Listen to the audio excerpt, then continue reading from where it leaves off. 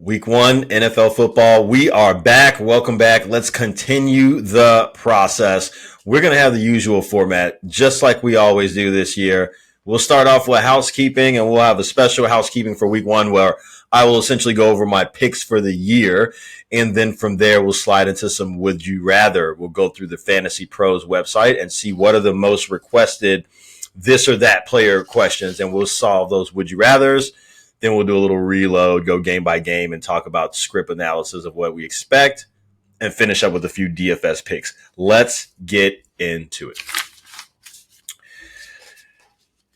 So let's start with a little housekeeping, and I'll go through and give my division winners for every division, my sort of reasoning behind that. And if you've been rocking with me in years past, welcome back. You already know that technically what we do starts with the draft, but if you are new and you've not listened to any of the previous shows about how we attack the draft, don't even worry about it. Got your back every single week right here with the best free information out there for fantasy football and football analysis that you will find. Start with the AFC North. My prediction for the AFC North Championship this year is going to be that's going to be the Bengals. I believe that Joe Burrow, it's not great that he didn't have camp. He had to deal with the injury, but they will be able to overcome that. This team feels like they should have beat the Rams in the Super Bowl that they faced them a couple of years back, and they're doing everything they can as an organization to get back there. They've got the right pieces. Defensively, they probably got enough. And as far as the division goes, I've got them winning head and shoulders. AFC East is still going to be the Buffalo Bills world until somebody knocks them off the podium.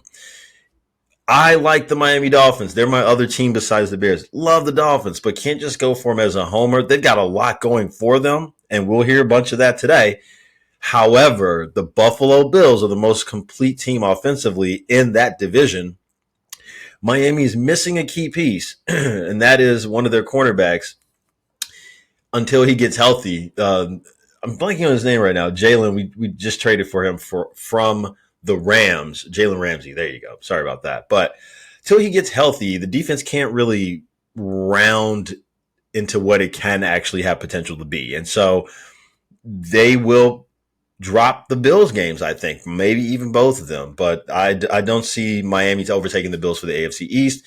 AFC South, I believe the Titans, with the addition of DeAndre Hopkins, become a more dangerous team. Doesn't look like a rebuild plus Henry anymore. They've got some pieces, and Tannehill knows how to run that offense. This is what he's been doing. So Derrick Henry will, be the catalyst that drives it. But when we look at the rest of the teams in the AFC South, I just don't think there's enough there yet. Indy, they're far off. There's going to be some growing pains this year with Richardson as he adjusts to NFL life. The Jaguars are a good football team, but the Titans are a better football team. And so that's really what the letter of it will be this year. AFC West, I've got the Chiefs coming out again. I know some of you are not going to like that after watching yesterday because of recency bias. What you saw last is in your head, right? But rest assured, the Chiefs will win the division. In my humble opinion, you get Travis Kelce back. I think they'll get a deal done with Jones. They missed Jones more than Kelce yesterday is what I'm getting at, because Goff had time to throw. He didn't look like the usual road Goff. He looked really good. You get that deal done, that changes the complexion of the defense. That sort of changes things for Mahomes. And obviously, of course, if you have, your Kelce piece back, then so much better exponentially. Wild card, 3 wild card teams in the AFC. I've got the Ravens as the first wild card. They won't knock the Bengals off for the division, but a paid and a healthier Lamar with an added weapon of OBJ plus Mark Andrews healthy, some junkyard dogs on that defense. They could be the first wild card team this year. Second team I have is Miami Dolphins. We talked about how they can run up to the Bills, but I think without Jalen Ramsey all year, they can't win the division, but they will do enough to be there in the end. Third wildcard team is going to come from the AFC East as well. I think the AFC East put 3 teams into the wild card this year, or the playoffs this year, and that'll be the Patriots. Bill Belichick is still the best at what he does. He can game plan from week to week better than none other. And so We can expect more of that this year. They will take a step forward with Bill O'Brien. This will be a lot better than play calling under Matt Patricia, which was very not great. There was also volatileness in the coaching staff because of what was going on with Patricia and bringing in outside guys who deliver his message better than some of the coaches on staff. So what we have now is, Bill O'Brien coming back and maybe not a great GM, but really good at what he does in terms of being an offensive guru mind. And he and Bill Belichick he'll have the offense. Belichick will have the defense. And actually, Steve Belichick will be the defensive play caller, but, Dad's going to oversee everything. Steve is finally ready. He's got a lot of respect with the players and the coaching staff, and he's been on staff for more than 11 seasons. He's earned the right to call these plays, and we're going to find out if Belichick the younger is actually going to be the successor of his dad. If this works out, the Crafts will just install him when Bill is ready to retire. And if his kid looks ready, that would be sooner rather than later. But they would be the third wild card. Now, if we look at the NFC, I've got in the North, the Vikings coming out. I know the Detroit Lions are the darling, especially after last night. But defensively and on the road, I would wonder if they could continue to do this. I think, I'm not going to back off of what I said just because of one game. My notes before suggest that road golf would be the reason why they would not be able to win the division. The Vikings, I don't think, took a huge step back from where they were last year, and they can take a step forward with a new defensive coordinator that I think suits them better. So will this be a scenario where, I get to play hot hand and jump on the bandwagon? I don't think so. I'm going to stay with what I said, and that is the Vikings are going to win this division. The Lions did look good yesterday, but, historically, not that good on the road. It's going to take more than one game to prove it to me, and obviously you've got to withstand injuries and all that. But for as it stands, I've got the Vikings, but that's going to be a great game. The Detroit Lions traveling to Minnesota this year to take on the Vikings. If you can win that game, that's probably the path to victory right there.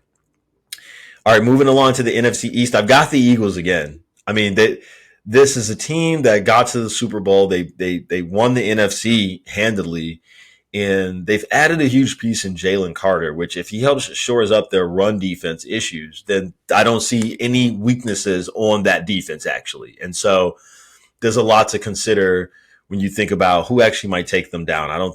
There's good teams in the division, but not that good. NFC South, here's a shocker for you. I'm going to take those Carolina Panthers. Look, Frank Reich, didn't have a lot of the things in Indianapolis that he would suggest he needed to win. And I would say he had some of the things that he needs to win. But here is the great setup. He's got a young mobile quarterback. All right, so you got that in Bryce Young. They went and put the best coaches around him. In the NFL, when you come in, you usually bring your guys. It's like, that movie, The Blues Brothers, when they're like, we're getting the band back together. In the NFL, when you get a coaching job, you get the band back together because you want guys that know your system and can implement it from day one. You don't want to waste time teaching your system to some coach. So a lot of times you see this mentality of bring my guys with me. Frank Reich and his coaching staff will be interesting because he doesn't have his guys, but what he has is an all-star cast of offensive coordinators, defensive coordinators, offensive assistants, assistant coaches. The Carolina Panthers front organization have surrounded him with possibly the best that you can have. They got Deuce Staley away. So, there's a lot going positively for this team in terms of the coaching staff, and they've given the play caller, Reich, what he needs in terms of a dynamic, mobile young quarterback. The Panthers drafted well. The Panthers moved up when they needed to. The Panthers hired well. The Panthers picked up Miles Sanders, who I think is a great fit for what they want to do. He's extremely underrated this year, and I've got a lot of shares of him because he will have an impact on that team. They can win that division. They can actually win that division, and I've got them winning the NFC South. NFC West, the 49ers. It's a weak division. But I do think two teams make the playoff from that division. The 49ers win the division, though. Wild card. Wild card number one, I've got the Cowboys, and wild card number two, I've got the Giants. The NFC East is tough, just like the AFC East, and they actually play each other this year. So I don't expect either of these divisions to do a lot of losing outside of playing their divisions and playing each other. So, I mean, I know that would suggest math-wise that, well, maybe three can't make it from each of these, but they are so much far ahead of some of the other teams. It's not even funny. And so I've got to consider that just by thinking that they won't drop many games combined that are outside of their division or the other conference East division because they play that conference this year. So Cowboys and Giants, and then Seahawks would make up the third wild card. Geno Smith, so old to be taking steps forward, yet here we are, maturation and getting the most out of him, getting the most out of that offense, Carroll's staff. They continue to do so, and I think this year it just gets a little bit better with more of an understanding of what he needs to do. If he can actually pump the ball downfield more, then we can see some increase in the DK Metcalf numbers, if you will. All right, so as we round up the housekeeping here, let's get into the awards. MVP, I've got Hurts. I've got Jalen Hurts being the man, and that's how that team gets to the Super Bowl, in my opinion. And he'll put up MVP numbers. Offensive Player of the Year, Justin Jefferson will continue the tirade that he left off on last year. Defensive Player of the Year, I'm going with TJ Watt. A healthy TJ Watt, helps Pittsburgh make some noise. I don't think they make the playoffs this year, but I think him healthy is going to be proven as head and shoulders better than any other defender out there. Offensive Rookie of the Year, Bryce Young. Watch out for the Panthers, y'all. Defensive Rookie of the Year, Jalen Carter, also mentioned on the Philadelphia D-line. And then Coach of the Year, I'll go with Mike McDaniels down in Miami. They've assembled a great team. They've got great pieces. They've got a great system. So do they need Tua? No. Could they run the system with another quarterback? Sure. Is it really good with Tua? Yep. But it all is because of McDaniels and the tweaks that he was able to take when he came over from the 49ers and separated himself from Shanahan. There are parts of the Shanahan offense that McDaniels wrote with his blood, right? And so we're witnessing that here, but he's also taking it down a different path that he feels the offense is more effective in. And so far, it has proven that way. He's brought over players that get the concepts, and so it's a dangerous team. Fins up. Super Bowl this year, I've got Eagles and Bengals, and I've got the Bengals unfortunately losing again. I think they should have won, the Super Bowl against the Rams, but shoulda, woulda, coulda doesn't count. This is the one that the Eagles will probably win. I think that this team is so good that they can actually get there, again. You get there again, and if they do, I believe that they will actually be able to come away with the victory. So that's how we shape up the housekeeping for this week, if you will. Sorry, a little feedback on the mic there. Perfect. So now that we've got that settled, let's move on to a little bit of Would You Rather. Okay, so again, if you guys are new, I take the Fantasy Pros website, which is a trusted, season-long fantasy football, daily fantasy football website where people go and try to get information, ask for, stats and, tips and see who's injured and whatnot. But also they have these tools like where you can ask, should I play this guy or that guy? And they'll kind of give you a recommendation. And so every week we will have Would You Rather, where I will go through and essentially take 12 of these picks and kind of talk through them. The most popular searches on their site. Okay. So we'll start with Khalil Herbert versus Christian Watson. Actually, an easy one. As I was getting ready to record, we see that Watson won't play. We could switch it to Dobbs if you want, Khalil Herbert or Dobbs. And I do think that you got to take a Herbert here. It was always going to be Herbert because he's going to be part of the running game. Now, I know that Fields is their runner, right? But he can't have all the running plays. And that's the path to victory against Green Bay. I think they're tougher through the air. Jair Alexander is going to be out there stalking DJ Moore, I would assume. So when you have that happening, this passing game is still young in maturity level. And so I don't know that Fields necessarily has a propensity to check off and look for a second or third option. He's probably going to run before he does any of that. And so I like him, but I like Herbert as a part of that too. The Bears would really benefit from running this RPO with him and Herbert, and that would actually benefit Herbert. But getting Herbert on the screens and things like that, that's his game too.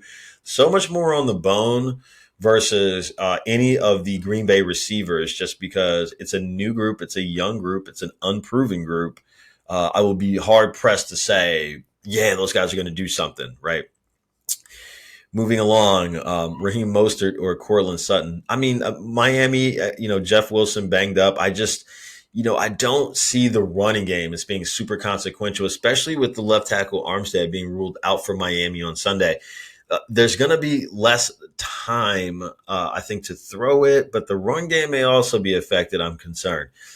Tua and the offense will find ways to score points through the air. I don't want to rely on Mostert in a game that I feel like he could be game scripted out of if it gets out of control quickly in the shootout, which is what the expectation is from an industry level. So we'd have to go Cortland Sutton there.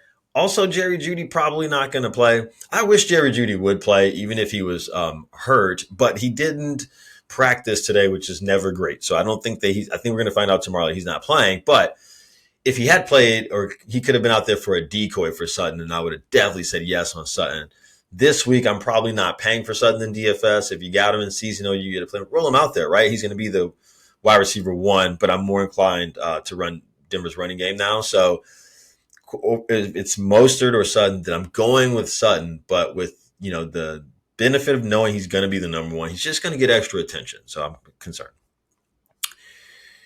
Okay. Mostert again or Jahan Dotson. And it's the same thing with Dotson. Now, this one I will go Mostert just because Dotson, again, okay, so we were dealing with the injury scenario where Terry McLaurin might not play. Find out right before we go on the air, Terry McLaurin is going to play. We need to get out on Dotson, period. Also, Washington will win this game. I like the Washington defense of most of anything that they're going to do this game. And so if we like them, then they might be able to get ahead and then run the football. And so we like the Washington running backs. I don't necessarily need to go get the Washington secondary wide receiver.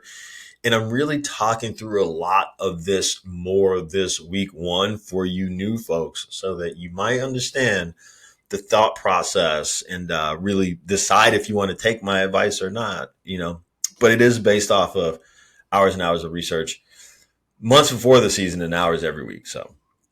All right, so Mostert over Dotson, Juju Smith-Schuster or Breece Hall. I'm going to go with Hall. Not sure what Juju Smith-Schuster is going to be able to do against this stout Philadelphia defense. They've got stout corners. Through the slot is the way to beat them. But Juju is new, so we've got to see how he works with this offense. And there couldn't be a better litmus test than facing the Philadelphia Eagles. Now, of course, it's in Green Bay, and Belichick has had the benefit of game planning for a while, not the coach you want to give that to. So like a week 1, it's like, dude, this guy's almost impossible to beat because he just had so long to look at you.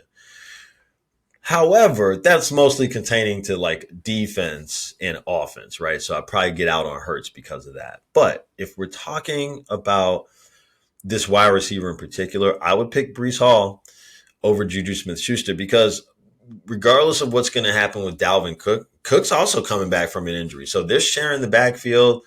People like talking about the fact that Breece Hall's coming back from an injury. They don't like talking about the fact that Dalvin Cook's also coming back from an injury, new running back for the Jets. So I'm assuming that both of them can get some opportunity just like the office is intended, and there's an actual role there. Breece Hall listed as a starter, there's a role there. Juju Smith-Schuster, we're going to have to figure out what it looks like in real time. So let's go with what we know, Breece Hall. Okay, Mike Williams from the Chargers or Dameon Pierce. Now, Pierce, the running back for Houston, that would be the way to attack the Baltimore defense. I just don't think that's a good idea this week. But Mike Williams, he's going to be one of my cash plays this week. I like the opportunity to get him in lineups this week, and so I would definitely take him here. Amari Cooper or James Conner. Out on Conner this week. Arizona's got a lot of problems, and Washington won't make them easy. I'll go with Cooper, who I'm also suggesting in DFS this week. I think that he can have an opportunity to showcase his skills out in the secondary. Deshaun Watson, we'll talk about it when we get to the game script. I don't want to spoil it, but we'll talk about why I think that they'll have more success. Okay. Chris Godwin, Tampa Bay Buccaneers wide receiver, or Cam Akers. Now, I would go with Cam Akers here, but I'm not high on either of these guys this week. I would take Evans over Godwin if I had to take somebody, and I am recommending Evans this week. But outside of that, we're not sure because, again, I want to check chemistry with Baker if he is indeed the one throwing the football. The other thing about it, too, is Cam Akers is listed as the one. He's going to get the run. I mean, even when you have a rookie, like look at what happened with Gibbs last night, guys. You don't just throw a rookie into the grinder week one, just 20 touches. Like you kind of let them feel it out, right? And so, very comfortable in saying in this matchup, Cam Akers this week over Chris Godwin. All right, Brandon Cooks from the Cowboys over Raheem Mostert. I'll go Cooks just because he's going to be a part of the offense. Brandon Cooks has been good everywhere he's been. He's been able to catch a ton of passes everywhere he's been. He's been had less than stellar quarterbacks to run the football. Now he's got Dak Prescott. I like his involvement in this offense. This is an upgrade to their offense for sure. I know it's more of a maybe him on the outside if Lamb is running in the slot, which is Lamb's thing. But all the same, baby, we'll take Brandon Cooks. And then Brandon Cooks again versus Antonio Gibson. I like Brian Robinson Jr. this week, and so I have him over Gibson, but Gibson could thrive as well. If Arizona gets down as bad as I think, then both running backs could have a chance. But I will stick with Cooks as somebody I'm expecting to be more part of their team's game plan. Okay, Terry McLaurin versus James Cook, Buffalo running back. Okay, I will take McLaurin here. McLaurin is the number one wide receiver. He's going to play. They already said so we're going to roll with that. James Cook is not going to be the only back in Buffalo. They paid some other guys to come in so they could have a look too. So we also know that Josh Allen is their leading running back. So I don't want to get crazy in this idea that Cook is going to somehow steal the show. I'm not convinced. As many of you are, obviously, from the ADP in the draft. I'm just not convinced. All right, Jamal Williams, running back New Orleans, or Drake London. I'll go Williams. I'm not doing nothing with London till he shows it to me more than those few flashes we saw last year. But Jamal Williams, yeah, because what's the other running back for New Orleans? It's Kendra Miller. That's the rookie running back that's supposed to be the hot sauce everybody's worried about. Well, homeboy's not playing this week, okay? So they only have the two backs on the roster. You're going to have to call somebody up from the practice squad or something if you want, but it's so late in the week. You're not teaching them plays. It's Jamal Williams. It's Jamal Williams. Yo. Play him if you have him in seasonal. Play him in DFS if you are playing DFS like I am this week, because that is going to be a key cornerstone that nobody's thinking about. And then finally, Terry McLaurin or Antonio Gibson. I would take McLaurin. I think Brian Robinson gets the rub over Gibson, especially because he was hurt last year to start the year. You guys remember this was the dude who got shot in the leg, so he didn't get to touch the football until late in the year. When he did, he was okay in flashes. You got to let him breathe now. Give him the rock, and they should be up in this game, so we should see him. That's housekeeping for week one, y'all. Boom. Move it right along. Let's get into reload. If you are new, I'm just going to speak briefly about each of the games and what I think may happen. Nothing too overwhelming. Quick picks for Sunday. All right, that's a reload. So we'll actually just review really quickly. Thursday, Detroit at Kansas City. Detroit, like I said, got a great road golf. We have not seen him play that well on the road before. Kansas City seemed to miss Jones on the defensive line. You got to pay this guy, get him in there because they had no rush, and golf looked great because of that. You obviously miss Kelsey too, but we know Kelsey's coming back. Moral of the story, Kansas City, I would not panic. Kadarius Toney people, who I know you guys are worried. It seemed like he dropped some passes and stuff. It was really incidental. Even the one that everybody's so mortified by, the one that he dropped, it was behind him, right? But anyways, they don't have a choice. They're going to have to keep throwing it to him. The only other guy that step up is probably going to be Shee Rice. If you want to take a hit on him, that's fine. But Sky Moore wasn't around. They went to Tony. That's going to be the guy every time it's not Kelsey, right, when he comes back. And so what do I mean by this? I mean, I'm playing Kadarius Toney again next week. Surprise, surprise. But Kansas City will bounce back. I've got no worries about them. I've got no worries about the team or their trajectory or where they're going. And I do think that they get a deal done with Jones and eventually get him in. So it's all about, can they get that done before the playoffs? And if so, can they use some momentum to gain home field advantage? Because they would need that in the playoffs. If they have to go on the road to Cincinnati or Buffalo, wherever, I don't think that this is going to be their year. Reload. All right, we get into Sunday now. Go a little quicker. Houston at Baltimore. Houston is going to be mincemeat. They just don't have a lot,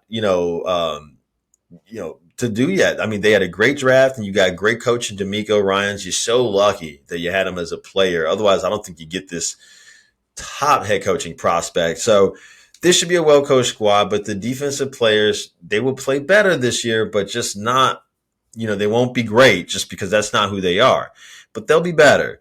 As far as the offense goes, CJ Stroud, it's going to be some growing pains, but what you got is Dameon Pierce. And so they will run him. And this week, I think, particularly, they'll need to do that against Baltimore.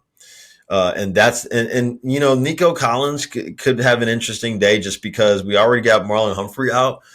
Baltimore last year, we saw what happens when they have a good secondary, in my opinion. But when they get injured, then the pieces start to fall off pretty quickly. So we've already got one corner down, right? And so there'll be a little more room to breathe in Houston than people are thinking. But Baltimore will still win this game. Their defense will still show up. They still got a chance to play very well defensively. I don't think the offense has to do a lot. I originally wanted to go Lamar Jackson this week in cash games for DFS, but I can't trust it because he just might not have to do that much. Dobbins is in play. This is a guy where they'll get up and you give him some run, man. Let him get his legs under him again. We know he's missed a lot of time from injury, so it seems like a perfect opportunity to let him play, let him cook. Reload. Baltimore's going to win that one by big. Okay, Cincinnati at Cleveland. This will be a fun game, and it's actually in Cleveland. This is going to be a tougher game than people think for Cincinnati. They always play Burrow tough, and so I think you're going to have to rely on the running game here for Cincinnati to set the tone. So I very much like the idea that, if you want to, you got to, Mixon, go ahead, run them out and feel great about it. I probably don't get there in DFS just because I want to be cheaper, but that's what they're going to have to do to establish it. I like Chase today. I mean, he's just unstoppable, in certain matchups. And so he'll find ways to make it worth your while. I like Chase. I like Burrow, who's going to play. There's no injury designation, so he's good to go. Okay. Cleveland, though, I think is going to win this game, and here's why. Cincinnati, Burrow hasn't played yet, right? So I was thinking before the season, man, this is going to be his first preseason where he gets all the reps. They can go through everything, and he'll be fully loaded and locked and ready for week 1. And then he gets hurt, right? And so you don't have that. And so I think there will be a bit of a slower start, just like there was last year, as they try to turn it on. So slower start to the year, but also they're in Cleveland. Well, Myles Garrett gives them a handful every time. So you've got that to contend with. I think Cleveland's defense will hang in there. Deshaun Watson's going to be better. He came in last year at the end of the year and didn't particularly set the world on fire, but you guys got to understand that was not an offense that was built for him. That was an offense that was built for Jacoby Brissett. Now that they have Watson in, they've got the offense installed that they want for Watson. Yeah. See how that works? So I think the ball goes downfield more, probably off play action more, because you still have Nick Chubb, right? And so Cleveland is going to win this football game off RPOs because you got a mobile quarterback. You've got a great wide receiver that he can get it to in the terms of Amari Cooper. And the other guy that people aren't talking about is Donovan Peoples-Jones, who came over here because Watson wanted him to. And they have a connection there that I think is going to breed dividends on the field. This is a guy nobody's thinking about, but I'm thinking about him. This is when we think about DFS millionaire lineups. how do we put together a fantasy millionaire lineup on like DraftKings, right? You got to think about guys like, Donovan People-Jones, DPJ, man. Like, I believe he could be standing around in the end zone twice as everybody else is uncovered because you've got, Njoku to worry about at tight end, and then you've got Cooper to worry about, like we said, and Chubb and Watson. Donovan People-Jones, you guys. It's always the dudes with 3 names. Anywho, I think Cleveland shocks some people and Cincinnati starts off 0-1, which won't be a problem. They'll win this division, but Cleveland's going to make some noise. Reload. Tampa Bay and Minnesota. Tampa Bay is going to go on the road, and I think they get thumped here. It looks like it's going to be Baker Mayfield. I don't mind Mike Evans coming back because they'll need points. They'll need points. Tampa Bay, pretty stout against the run. So I don't really have, Madison as, I was starting the week thinking that, yeah, he could be a sneaky play. Now for seasonal, you can take him because I think they get up and try to run the clock out. And so maybe you get some value there. So if you got seasonal, don't worry about it and play him. But for DFS, we don't need to get there. But I do like Cousins. I do like Jefferson, Hawkinson. You can play all those guys. I got no problems with that. Addison, if you drafted him, sure, play him. But I'm staying away from that because we don't know what his involvement is yet in the offense, right? And so we can't just take camp as a precursor to understanding where he is. I won't do it. But I don't particularly like anything that I want to play, overly aggressive on Tampa Bay. If Mike Evans did because of money, then I'll play him. But other than that, it's Minnesota's world. Reload. Tennessee and New Orleans. So Tennessee should go on the road and win this game. And I think that DeAndre Hopkins will have his way in the secondary. Marshawn Lattimore is not going to play, I don't think.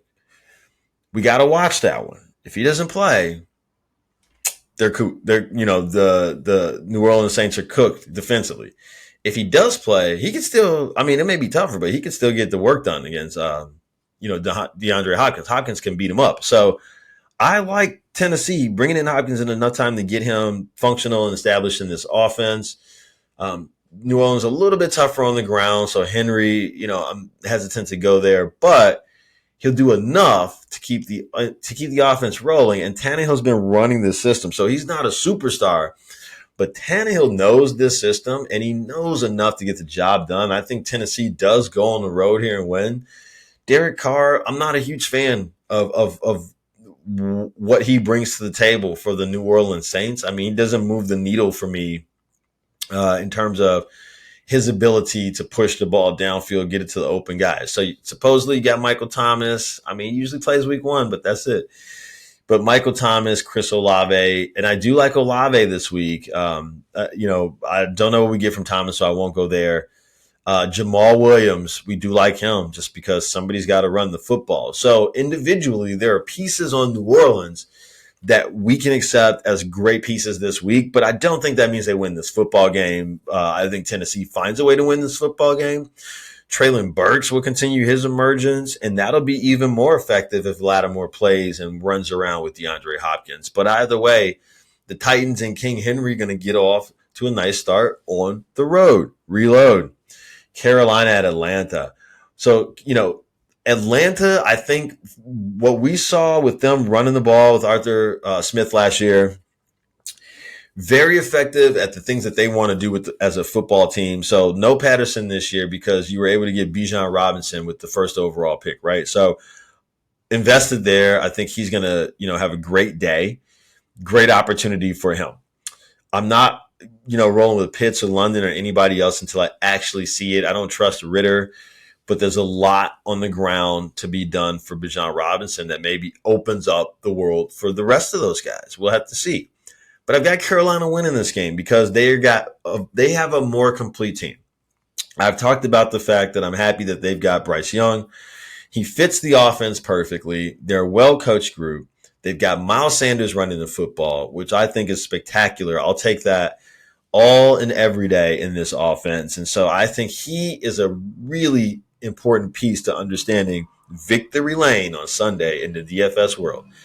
Got to roll him out there. Miles Sanders at that price is too soft, 5,100 I think on DK. We're gonna use and abuse that one.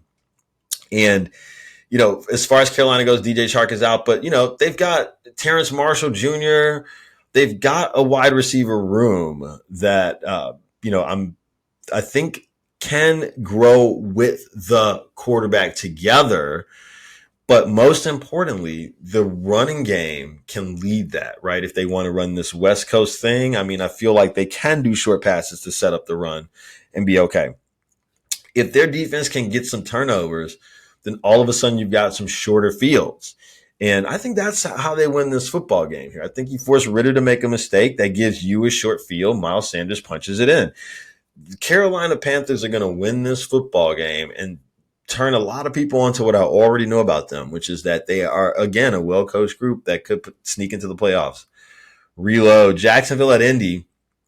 Indy's going to struggle with Richardson as he grows. I don't think he's going to be, very effective, Anthony Richardson, as he tries to pick up life in the NFL at quarterback for Indy. But you got to get him in there. They don't really have another choice. And so you have him. You don't have Jonathan Taylor. He's on the PUP list, physically unable to perform. So free square for Indianapolis can be Zach Moss if he plays. If he doesn't play, then you got to go with Deion Jackson. But for DFS purposes, it's so cheaply priced that I have some interest there to help make other things work. But Jacksonville is going to win this football game. And I think Trevor Lawrence is going to play well. Calvin Ridley is going to play well. He fits very well in this system. I know it's a new player to the offense, but the way that they were scheming things up last year and the way you look at the things in preseason, like, it's apparent that, he's the guy. Christian Kirk is not the guy. They've got it right on DraftKings where you've got to pay more for Ridley over Kirk, right? And I think some people are going to be thinking about last year and play Kirk. That's a mistake. Ridley's in a great spot this week. I really like him. Etienne too, because you're going to have to run the clock out. And so, the offense, I think, of Jacksonville will explode to begin, and then they'll be able to manage the game on the back end. Jacksonville's defense will be a nice play defensively this week too for DFS purposes or for seasonal. You might be able to pick them up and just roll with them. But Jacksonville on the road against a growing Indianapolis team, they're just going to figure things out. New coaching staff, new quarterback. I mean, it's gonna hurt, but you got to start somewhere. Reload. San Francisco at Pittsburgh. This is going to be a tougher game than most people are thinking for San Francisco because Brock Purdy is not as good as most people are thinking. He's going to struggle. They're going to have a rush coming from TJ Watt.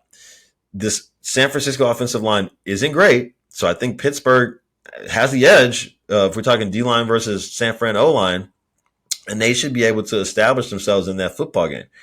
Now, at the end of the day, I've got San Fran winning this game because Kenny Pickett is also not very good in my opinion. And a lot of people don't want to admit that. They want to say he's going to activate Deontay Johnson and activate this guy and that guy. I just don't see it. He's going to activate George Pickens. I don't see it. What I see is a guy that's not going to have a lot of time because of the San Fran defense. They're still a very good defensive unit. So path to victory, probably running the football against them. If anything, Najee Harris, play him and feel fine about it. But no, I don't think Pittsburgh's offense is going to light it up through the air. San Fran's defense will win this game for them.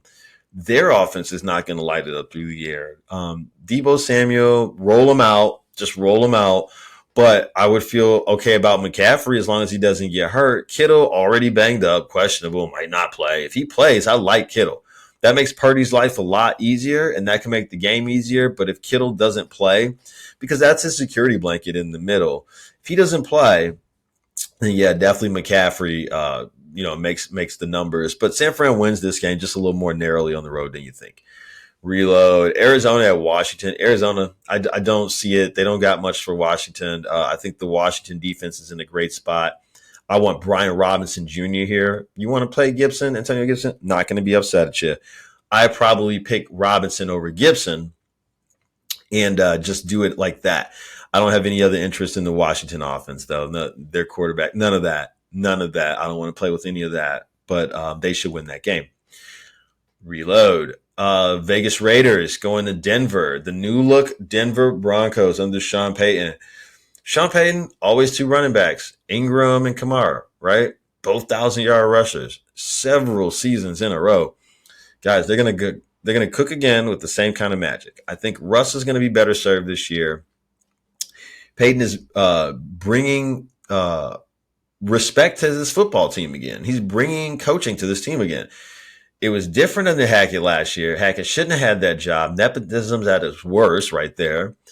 But he's cleaning this up, and they're installing an excellent offense. Russ Wilson will have a reemergence this year. He should be okay on Sunday, but I'm more inclined to the running game. Javonte Williams and P. Ryan. And I love either of them. DFS, we're going to play them together because they should be ahead. That defense is good too in Denver. So I expect them to cause problems for Jimmy G and company. Jimmy G is the check down man. So I'm not too convinced on this Devontae Adams ripping worst season. It could happen, but Jimmy G just never throws it down the field like that. He's a check down sort of an artist. And so I just, I don't expect this huge ADOT from him. I just expect a more managed offense. Josh Jacobs, I got way more interest in against this Denver defense.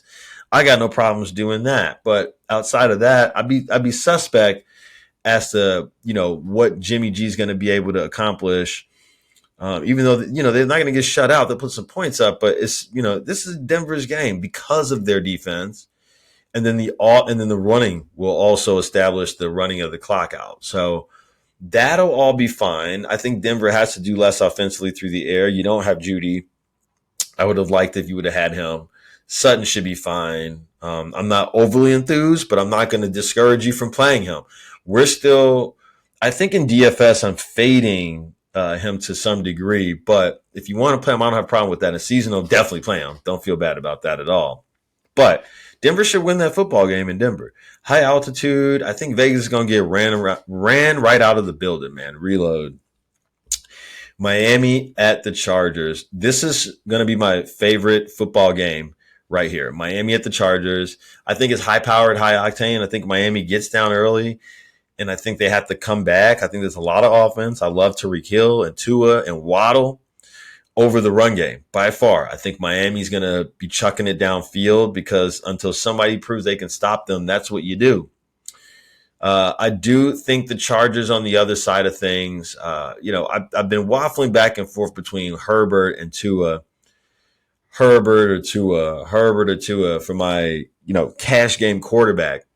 I like Herbert too. Miami's defense, I think, would probably be a little more stout against the run.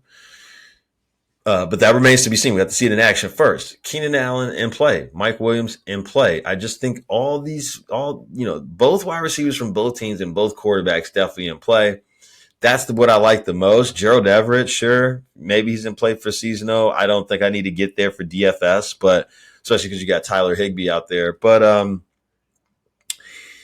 that is what I'm expecting is this high-powered game that could hit the over. Miami, I do think, wins this football game. They're just so explosive, which is why I've been leaning towards Tua, and he's a little bit more expensive over Herbert. So I think people will be more inclined to pick Herbert in DFS this week because he's cheaper.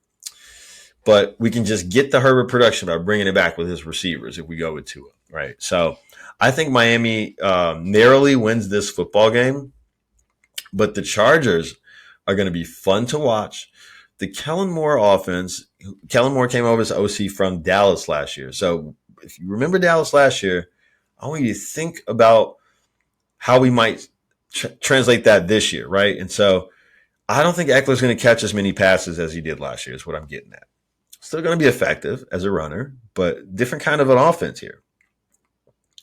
They're going to pass it a little bit more. So that's kind of where I'm thinking based on what Kellen Moore has done as a play caller. But Miami will win that football game, even though it'll be close. Reload. Philly at New England. This is going to be a tough one for Philadelphia because Belichick is just so hard to beat when he has ample time to game plan. So you're coming into New England, and he's had weeks to prepare. So I'm a little leery about Hurts' ability to go off, right?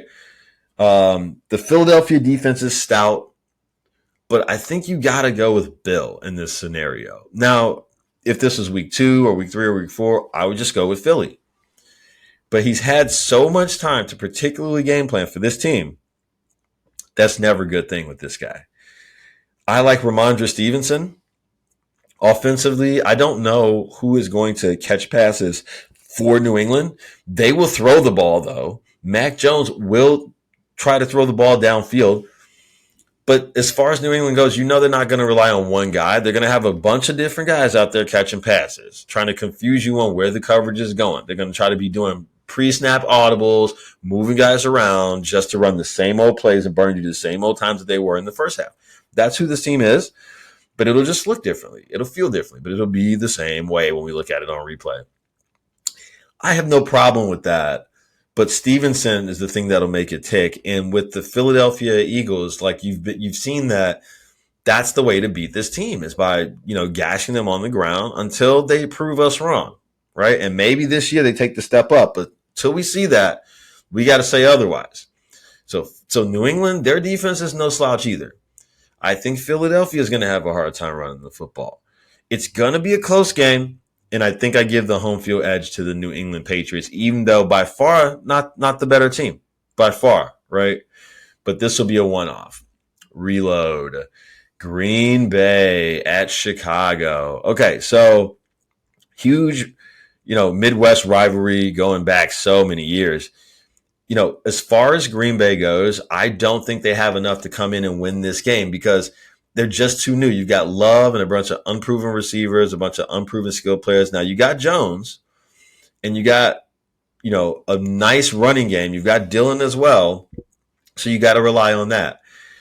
Chicago, we know what they have in Fields. We know how dangerous he is for almost every team to deal with. But you have Khalil Herbert back healthy. We didn't have him last year. You do have DJ Moore, wide receiver 1 for Chicago now. So I don't think that'll matter. Between him and Kmet, I'm not worried about them this week. Khalil Herbert and Fields is how they're going to move the ball via the run game. But I think that because Chicago takes that route, Green Bay doesn't have to force their baby passing game either.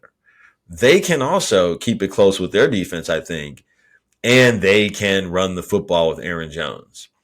Now, I'm going to pick Aaron Jones and not Aaron Dillon or Aaron Dillon because I don't think Green Bay is going to win. If I thought Green Bay would win, I would say Jones and Dillon because Dillon will get the time in the end, right, to run out the clock. But I think Chicago does just enough to win here just because the offense in Green Bay is so many new and unproven pieces. There's going to be a lot of that, rivalry feeling in Chicago on week 1. I think the Bears, who very rarely beat the Packers, will be able to actually pull it off here. Now, I do think that's going to lead Chicagoans to go crazy and, make predictions that they shouldn't about the Bears and where the team's going. But as far as Sunday goes, we can expect a close one. I don't think it's a crazy shootout. This could even hit the under. And I think Chicago sneaks one out and gets a feel-good night. Reload. Rams at Seahawks. So Seahawks should have their way with the Rams. They're young. I think they drafted 19 dudes, brought, with unrestricted free agents, brought 36 rookies in the camp. Love the way they embraced it, y'all. They just said, we know who we are. We're just going to go fast, young, and quick. Fast, young, and quick, right? So we'll see if it works for them. But there's a lot of questions. The one solid thing for the Rams is the coaching staff didn't get decimated this offseason as they have every year. Every year people come back and just steal all different types of McVay's coaches. This is the one year where they can bring back the same people from before and try to build on something. So that works well for them. They do have youth. They do have speed. They do have Aaron Donald. They do have an aging Stafford at quarterback. So I think they can be decent, but if he takes one more concussion, that's it. The jig is up. You already don't have Kupp. Kupp could go to IR. So Van Jefferson there, but really Tyler Higbee becomes the next man up as tight end. Tyler Higbee, leading receiver on that team last year because of the Kupp injury. That's where the ball's going to go on Sunday. That's the piece that I like for them. I'm not too worried about Cam Akers. If you want to get invested there, sure, go for it. But, for me, that's a non-issue. If you want anything from the Rams, it's Everett and Stafford can get it to Everett. That's the guy right there. That's the guy that's going to score the touchdowns if there's any to have. On the other side of the ball, I do like Seattle. And they're going to win this game because defensively, they'll be a little better than they were last year. Bobby Wagner's coming back. Now, I know it's not the same guy, the same 54 of old, but he is coming back. He will be a step up from what they've had. Now, in addition to Bobby Wagner, Kenneth Walker, I think will be able to find some room. Okay, so if you have him in season, you'll feel good about that. But really, Metcalf is the guy I'm looking for, even over Lockett. Geno, show me you can get it to Metcalf. Exploit the weakness of this defense. But in one way, fashion, or another, at home, Seattle wins this game. Reload Sunday night, Dallas at the Giants. So the Cowboys going into New York to play the Giants, and I've got the Giants winning this one as an upset because Dallas didn't play any of their starters all of preseason. You don't just right away start running 100 miles an hour. You have to lead up to it, build up to it.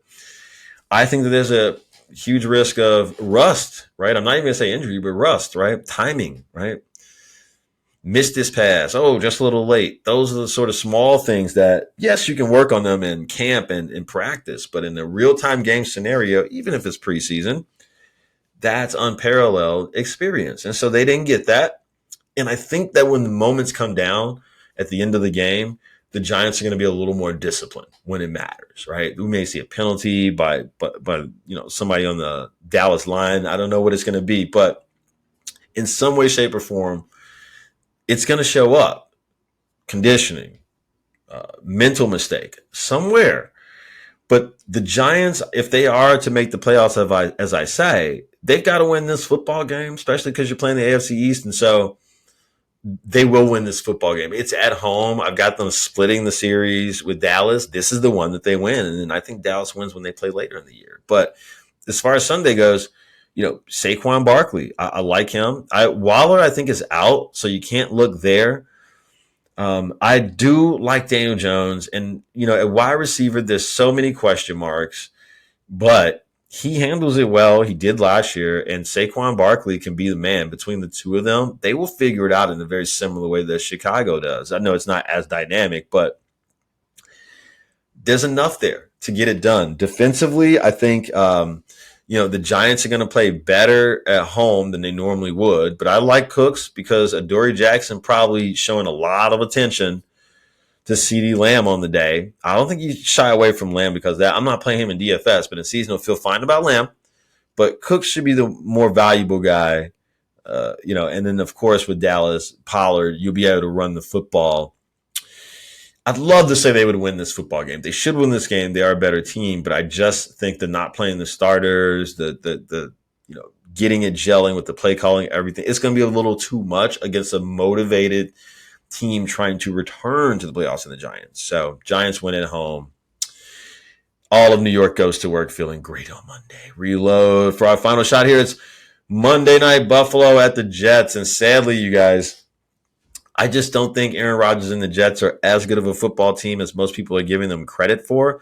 He is going to have a rough day at the office versus this Buffalo defense. I think, if anything, the way to attack them is on the ground. So you've got Cook, you've got Hall. Why don't you use them both, right? I think that is it, and maybe you shift to the hot hand. But I'm more looking there than I am looking at, in the passing game. Who's he looking for? Rodgers likes things so particular. If anything, look at Allen Lazard. But I just think that he'll try to make a connection with the starters over Lazard. But it's not going to be there, I don't think, because it'll take some time to warm up. Rodgers typically starts the year slow, right? And so I don't see any difference here this year in that part of the process for him. This is a much better team. So even though it's in New York, the Jets are going to be overwhelmed with what Buffalo presents on the defense. Now, for Buffalo, the big thing for them is going to be, can you actually get a rush off, right? That's what you need to do. Because you've got Von Miller, but look, the torn ACL on the first year of that deal, look, nobody's saying it, but elephant in the room, he got paid a lot of money, and potentially it could end up being a bust if he can't play. He knows it. They know that there's so much riding on this year that he's got to make it work. And I believe that he will. We have to have somebody show up on the other side, and they've got to stay healthy. If they got some injuries on the defensive line or in the rush game, the jig is up for them in terms of winning the championship. But in terms of on Monday, Josh Allen, I think you can lock it in. I'm not afraid of a Jets defense. I'm not afraid of Sauce Gardner. I think Stephon Diggs can take him. Gardner holds. He talks trash, and then he holds your jersey. He tries to get away with cheap stuff as a little corner. I see it. I see it on the replay all game. I think Stephon Diggs can have his way with him. I think, Gabe Davis on the other side can be fine. Buffalo will be Buffalo, and the Jets are going to have to figure some things out. Play calling, you bring in Hackett to help out run the offense. I think that's a mistake. We saw what he did in Jim. What about what happened in Denver tells us that he deserves this job? Would be my first question to them. Tell me that we're not doing nepotism again, because that's what it seems like, right? Anyways, I've got Buffalo winning that one. So that's what I think shapes up, this week in terms of what we see game by game, script by script. And so finally then to end, we'll do our daily fantasy picks, all obviously taking into mind that I'm thinking about DraftKings as the website, not FanDuel. Okay. So the one thing I will say is, especially at running back, there just seems to be more choices than I would have liked this week, because there are like a bunch of guys that you could go with that seem to have some running room this week based off of like the months of research I've been doing. But hopefully I can start to narrow this down as the weeks go along. But I just found that interesting for week one, that it was so many viable options. Let's start with the quarterback, though. For cash games, I am going to just go with Tua. I'm just going to go with Tua. And he's $6,700. Now, the other options I think are Lamar Jackson, 8K, Herbert at 6,500. Oh, I'm sorry, 6,900. And Lawrence at 6,500, or even Cousins at 6,300. Those are the quarterbacks I'll play this week. So if I'm playing Tua in my cash games or 50-50 games, the more safer games, who I think I'm most confident in, it's Tua. Then the rest of those guys I'll play in my tournaments. All right. So that is how the quarterback shapes up. Wide receiver for cash games, 50-50s, we're going to go Tyreek Hill, $8,200. Jefferson, $8,800. These guys, should have great days, alpha ones, and I'm for it. I've also got $7,600 Brown from Philadelphia. Like I think he can have a day, even if New England wins that game. He can still do enough. And I don't think a lot of people will be willing to pay up for him against New England in New England. So we always want to swerve. And putting him in a cash game is definitely a swerve. But outside of that, Metcalf at 7K, great value there. And then Calvin Ridley at $6,500, amazing value there. I don't see how I don't put him in there. And then Mike Williams at $5,700, that's salary saver. These are the guys I feel most confident about. Now for tournaments, Keenan Allen, $7,300. Tournament play just because of his injury pass, right? So if I knew he was going to finish the game, I'd have him on the other side. But also Jamar Chase, $8,100. It's a tournament play because of the way we talked about how Cleveland plays Cincinnati so tough. But outside of that, you can go Waddle. I'm sorry. No. Yeah, Allen then Waddle, $7,100 Waddle. Part of that offense in that game that I think yields us the most points this week. But then from there, I did have Higgins. I'm going to take him off. Jerry Jeudy got hurt. I take him off. But Chris Olave's there, $6,500. And Mike Evans at $6,300. Amari Cooper at $5,800. Those are the tournament wide receivers that I'm looking at. But you've got to mix in the cash game wide receivers too for tournaments. We're sure about those guys, right? And so don't feel bad about playing them. We want to play them. But those are the wide receivers. Okay, so running backs, we will go with for cash games. Bijan Robinson in the 8K, pay it, man. That's going to be one of the last times you get to pay 8K for him. So I'm okay with that. But Stevenson, 7K, Ramon Stevenson, I like that too. Again, against Philly, that's going to be one of their primary weapons to move the football is running it. So I like that as that late game hammer. And we talked about Aaron Jones, $6,300 against Chicago. I like that. Ken Walker, 6K. Nobody's going to play him. That's the sneaky one for cash games. But then you could round it out with the guy I'm certainly picking 100%. Miles Sanders, 5,600, and Brian Robinson, 5,100. So full candor, I've given you pay up options for cash games. But me personally, I'm paying down with Sanders and with Brian Robinson Jr. so that I can afford those higher paying wide receivers, basically. All right, now for the tournament running backs, Josh Jacobs, $7,700. I have no problem taking a shot there. And then from there, you want to move down to Etienne at 6,900, but Dobbins at 6,600. Great tournament play this week, too. I've got Madison at $6,500. Can't be a cash game, has to be a tournament game because, the game script has to go just right. They've got to get up and, he's got to be running the clock out for so long. So, but after that, interesting play here. Javonte Williams, but playing with Pirine. We want to do the Sean Payton thing, right? So use them both. So $5,700 for Williams, playing with Pirine at $5,100. Just like on the cash game running backs, we have a scenario here of two guys that are salary savers that are in a very positive scenario together. So as a tournament play, I love that. And then that's the running game, just those two. You go load up with your wide receivers elsewhere. Khalil Herbert, $5,300 for tournaments. And then Jamal Williams from New Orleans Saints, who we also mentioned, $5,100. So hopefully after talking through it this whole episode, you understand what I'm saying. There's so much value down there. There is even value at the top. I mean, even AK for Brian Robinson. So, wide receiver, I think it'll tighten up next week once DraftKings realizes from the results. But for this week, we just had so much to work with, and I do want to try to get some exposure to those guys. All right, for tight ends, Mark Andrews, $6,200. I feel confident about him enough to put him in cash games, but you'd have to be playing it with Lamar. I don't want to play him without Lamar. Now, full candor, I don't use that for cash games, I think, this week because it costs too much when there's some better options that are cheaper. Goddard at $5K, Philadelphia against New England. I'm very invested there. I think that is an interesting option that I'm willing to gamble on at $5K because Philadelphia is going to have to adjust to whatever New England's doing to slow them down. And if New England is slowing down, let's say Brown or Devontae Smith, then Goddard becomes the play, and New England is much more susceptible to to tight end production than they are to wide receivers. And so I would, feel very confident about that. But Tyler Higbee at $4,800, that's the man of the hour in St. Louis right now. So if you want to get their top receiver, you can at $4,800 this week for cash game purposes. Now, Austin Hooper, I've got some interest too down at $3K. We already talked about Jimmy G for the Raiders being a check down artist. They bring in Hooper, who can actually catch the football, and he's healthy, unlike Waller was last year. Look, Jimmy wants to check down. I think the rush will be coming. He'll have plenty of chances to do what he wants to do, right? And so I like at $3K, that's value right there. That'll help you fit in some great pieces to your cash game.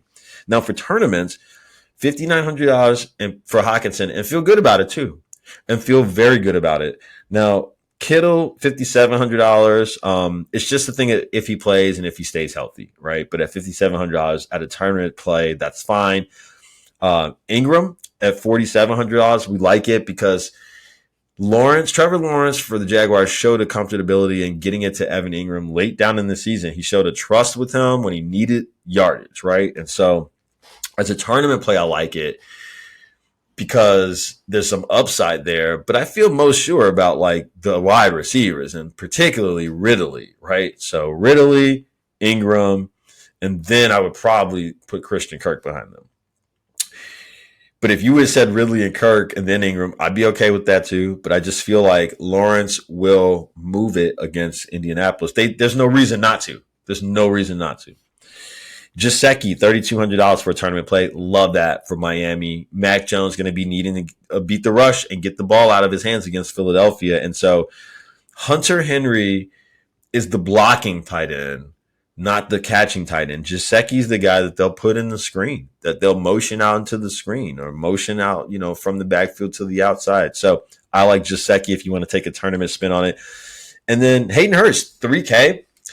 You guys know he plays for the Carolina Panthers now? Because he does. Hayden Hurst plays for the Carolina Panthers. And again, giving Bryce Young these weapons that I think are going to help him have enough success in year one. That's a nice check down option right there. In addition to a budding receiver core. So I feel very positive about his opportunity to activate some of these guys this week. But that's what I've got for DFS. And then for defense, you could obviously pay up $4K for the Ravens, $3,800 for San Fran. Sure. If we want to get more clever, Denver at $3,600, the Jaguars at $3,500, Seattle at $3,300. I don't see why you wouldn't just play Washington at $2,800 everywhere. That's kind of what I'm going to do. That's the cheapest thing that I could find that I feel okay about. I know Tennessee's cheaper than them, maybe $2,600, but I don't know. I think Olave and company got a trick or two up their sleeve, even though they might lose that game. So there you go. Guys, that's it for week one, my analysis. We will come right back here next week and talk about it all. www.tigerbombsae.com. That's the website. You can listen to this podcast on the process page there. You can watch it on the YouTube link there. You can go to YouTube or Facebook or Instagram or X or whatever it's called, or anywhere that you listen to podcasts. So Apple, iTunes, Stitcher, Spotify. Just search the same way. Tiger Bomb Sports Audio Entertainment. This will come up. Like and subscribe or whatever's applicable. And we can keep up every week putting you in position to win your fantasy football leagues and Sunday contests. Good luck, guys. Talk to you next week.